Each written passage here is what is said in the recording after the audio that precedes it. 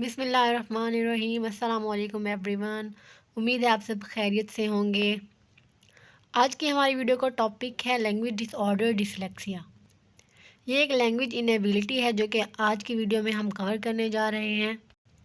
Video शुरू करने से पहले अगर आपने मेरे चैनल को सब्सक्राइब नहीं किया तो वीडियो को लाइक और चैनल को ज़रूर सब्सक्राइब करें ताकि नई आने वाली वीडियोज़ का नोटिफिकेशन आपको मिलता रहे।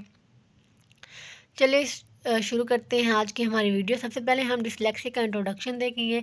डिसलेक्सिया को रीडिंग डिसऑर्डर भी कहा जाता है और ये जब हमें रीडिंग में कोई भी चीज़ रीड करने में पढ़ने में जब भी मुश्किल पेश आती है, जब हम उसको किसी भी चीज़ को किसी भी टेक्स्ट को सही तरह से रीड नहीं कर पाते, हमें प्रोनाउंसिएशन प्रॉब्लम्स होती हैं, हमें स्पेलिंग प्रॉब्लम्स होती हैं, तो इस इनएबिलिटी को हम डिसलेक्सिया कहते हैं।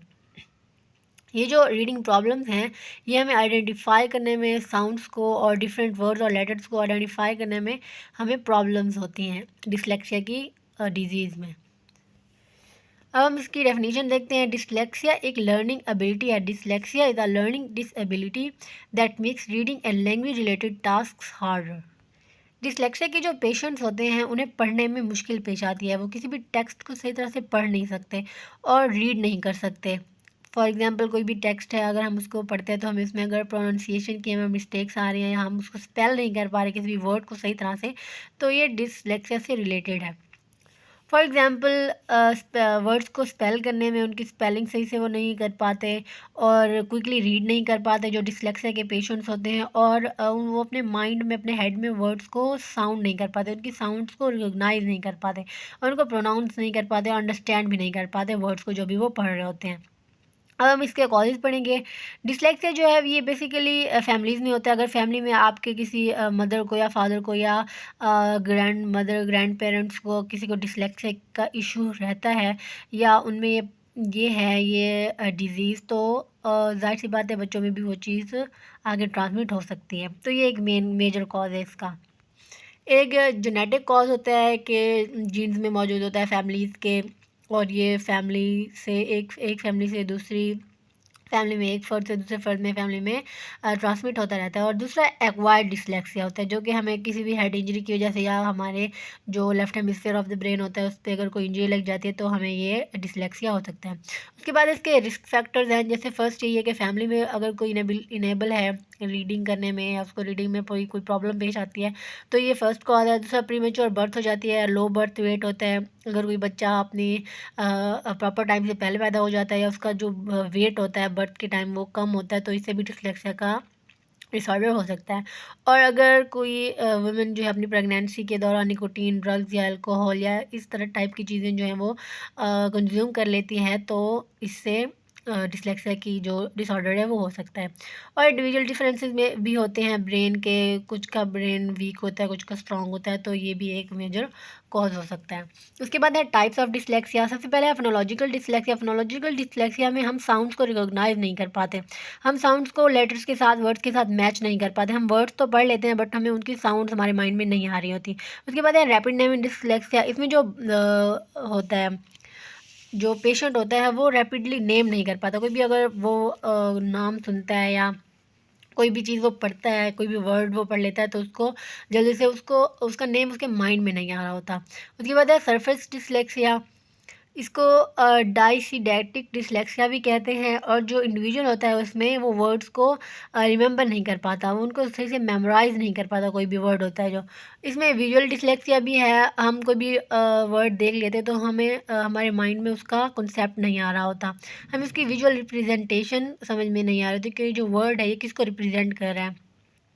उसके बाद डबल डेफिसिट डिसलेक्सिया है। इसमें जो साउंड होती है उनको आइसोलेट नहीं कर पाता, लेटर्स को, नंबर्स को, और उनको नेम नहीं कर पाता जो पेशेंट होता है। इसको डिसलेक्सिया की जो और डिवीजन है, प्राइमरी डिसलेक्सिया और सेकेंडरी डिसलेक्सिया। प्राइमरी डिसलेक्सिया जो है ये सेरेब्रल कॉर्टेक्स में, अगर हमारे ब्रेन में, left hemisphere of the brain को कोई भी डैमेज हो जाता है या कोई इंजरी हो जाती है तो इससे प्राइमरी डिसलेक्सिया होता है। और जो सेकेंडरी डिसलेक्सिया है ये हमारे ब्रेन डेवलपमेंट से रिलेटेड है।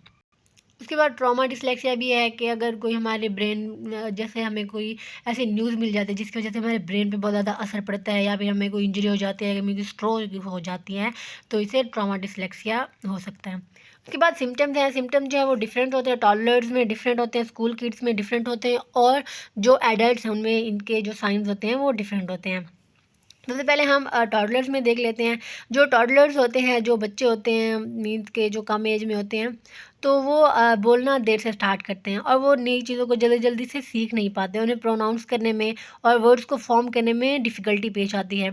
और वो राइम स्कीम्स और राइमिंग गेम्स जैसी जो होती राइमिंग गेम्स जो होती हैं उनको सही से वो प्ले नहीं कर पाते और लेटर्स को और नंबर्स को जल्दी से नेम नहीं कर पाते। ये टॉडलर्स में होता है। उसके बाद जो स्कूल किड्स होते हैं, जब बच्चे जो हैं वो स्कूल जाते हैं, तो उनमें डिफरेंट किस्म की जो सिम्टम्स होती हैं वो अपेयर होना शुरू हो जाती है। वो अंडरस्टैंड नहीं कर पाते प्रोसेसिंग को, इंस्ट्रक्शंस को, और उनमें जो रीडिंग स्किल्स होती हैं वो दूसरे की निस्बत कम होती हैं और वो सेंटेंसेस को फॉर्म नहीं कर पाते, वो सीक्वेंस को याद नहीं रख सकते और जो राइट वर्ड होता है उसको वो फाइंड नहीं कर पाते अगर कोई भी उनसे पूछा जाए तो। और वो स्पेलिंग नहीं कर पाते सही से और वो इस तरह के टास्क जो हैं वो अवॉइड करते हैं जो कि रीडिंग से रिलेटेड होते हैं। उन्हें प्रोनाउंसिएशन में और फेमिलियर वर्ड्स को प्रोनाउंस करने में या न्यू वर्ड्स को प्रोनाउंस करने में प्रॉब्लम होती है। उसके बाद एडल्ट्स हैं, इनमें भी डिफरेंट होती हैं सिम्टम्स। ये जो टेक्स्ट होता है उनको अलाउड मीन्स के ऊंची आवाज़ में रीड करने से गुरेज करते हैं, प्रॉब्लम होती है इनको और मिस्टेक्स, स्पेलिंग मिस्टेक्स होती हैं इनकी और रीडिंग और राइटिंग में ये बहुत ज़्यादा थक जाते हैं और इस तरह की एक्टिविटीज़ को अवॉइड करते हैं जिनमें रीडिंग जो है वो इन्वॉल्व होती है। प्रोनाउंस वर्ड्स को और नेम्स को जो है वो प्रोनाउंस गलत करते हैं और समराइज़ नहीं कर पाते किसी भी ऐसे या नावल को। इडियम्स को अंडरस्टैंड करने में डिफ़िकल्टी होती है और मेमोराइज़ किसी भी चीज़ को मेमोराइज़ करने में इनको प्रॉब्लम होती है और फॉरेन लैंग्वेज को लर्न करने में भी इनको ट्रबल्स होती हैं। टाइम मैनेज नहीं कर पाते और मैथ के जो क्वेश्चन होते हैं उनको करने में इनको प्रॉब्लम होती है।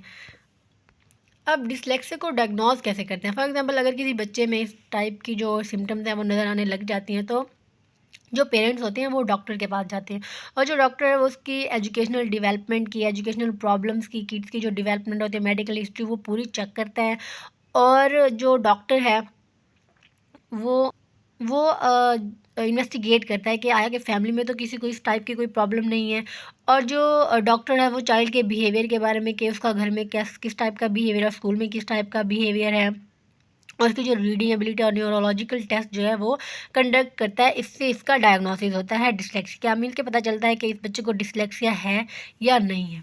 उसके बाद जो ट्रीटमेंट है डिस्लेक्सिया का, जो लैंग्वेज के जो डिसऑर्डर्स हैं जैसे अफेरिया हो गया, डिस्लेक्सिया हो गया, ऑटिज़म हो गया, इस टाइप के और भी बहुत सारे डिस्लेक्सिया हैं, इनका कोई प्रॉपर ट्रीटमेंट है नहीं। इनमें थेरेपीज़ की जाती हैं या फिर अगर हम इसको एट अ टाइम जैसे ही पता चलता है कि किसी बच्चे को डिस्लेक्सिया हो रहा है, इसमें कोई भी सिम्टम्स जो हैं वो नज़र आ रहे हैं, तो अगर फ़ौरन ट्रीटमेंट शुरू कर दिया जाए, थेरेपीज़ शुरू कर दी जाएँ, तो इसको इम्प्रूव और कंट्रोल किया जा सकता है इस टाइप की बीमारी को।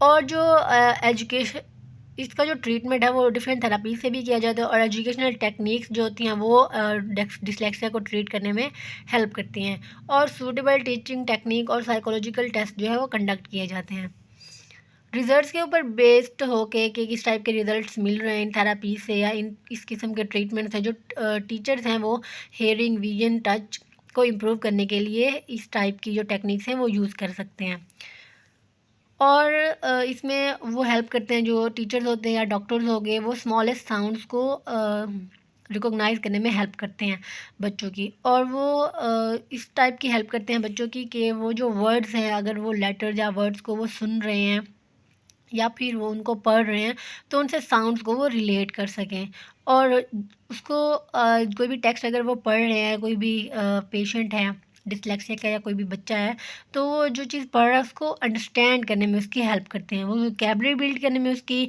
हेल्प करते हैं कि और वो करेक्ट स्पीड से फ्लुएंसी के साथ बोलने में उसको हेल्प करते हैं। और जो रीडिंग स्पेशलिस्ट है वो भी डिस्लेक्सिया के चिल्ड्रन को ट्रीट कर सकता है। अब हम इसके कॉम्प्लिकेशंस पढ़ेंगे कि ये जो डिस्लेक्सिया का कोई भी पेशेंट होता है या कोई बच्चा होता है या एडल्ट है तो उसको क्या कॉम्प्लिकेशंस पेश आती हैं डिस्लेक्सिया की उस डिजीज़ के दौरान। तो उससे लर्निंग में ट्रबल होता है। जो कोई भी अगर बच्चा होता है, चाइल्ड है या कोई एडल्ट है, उसको कोई भी चीज़ लर्न करने में बहुत ज़्यादा डिफ़िकल्टी फेस करना पड़ती है। उसके बाद सोशल प्रॉब्लम्स होती हैं। जो डिस्लेक्सिया का पेशेंट होता है वो अनट्रीटेड लेफ़्ट कर दिया जाता है। उसकी सेल्फ़ इस्टीम भी बहुत लो हो जाती है। उसका बिहेवियर चेंज हो जाता है। उसमें एंग्ज़ायटी, एग्रेशन और डिप्रेशन जैसी जो प्रॉब्लम्स हैं वो उसको फेस करना पड़ती हैं। और जो एडल्ट होता है उसमें भी डिफरेंट टाइप की प्रॉब्लम्स होती हैं। वो रीड नहीं कर पाता और कंप्रीहेंड नहीं कर पाता रिटन टेक्स्ट को या किसी भी चीज़ को जब वो पढ़ता है।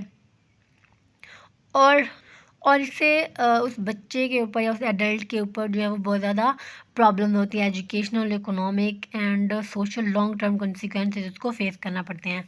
कंक्लूजन में भी ये है कि डिसलेक्सिया जो है एक लर्निंग डिसेबिलिटी है जो कि स्किल्स को, रीडिंग की स्किल्स को, स्पेलिंग वर्ड्स की एक्यूरेसी और फ्लुएंसी को अफेक्ट करती है। और जो डिसलेक्सिक किड्स होते हैं, एडल्ट्स होते हैं, उनको डिफ़िकल्टी फेस करना पड़ती है रीडिंग में, राइटिंग में, लर्निंग में। ये जो डिसलेक्सिया है ये किसी भी पर्सन की इंटेलिजेंस को अफेक्ट नहीं करता, बल्कि उसकी रीडिंग एबिलिटी को इफ़ेक्ट करता है। और ये जो डिसलेक्सिया की डिज़ीज़ है ये रिड्यूस की जा सकती है अर्ली डायग्नोसिस और सपोर्ट से। अगर अर्ली इसको डायग्नोस कर लिया जाए, उसको ट्रीट करने के लिए जो है वो टेक्निक्स यूज़ की जाएँ, तो डिसलेक्सिया की जो डिसऑर्डर है ये फ़ौरी तौर पर ही कम किया जा सकता है, इसको रिड्यूस किया जा सकता है। तो ये थी हमारी आज की वीडियो। उम्मीद है कि आप लोगों को डिसलेक्सिया का टॉपिक समझ में आ गया होगा। मिलते हैं अगली वीडियो में, तब तक के लिए अपना बहुत सारा ख्याल रखिएगा। अल्लाह हाफिज़।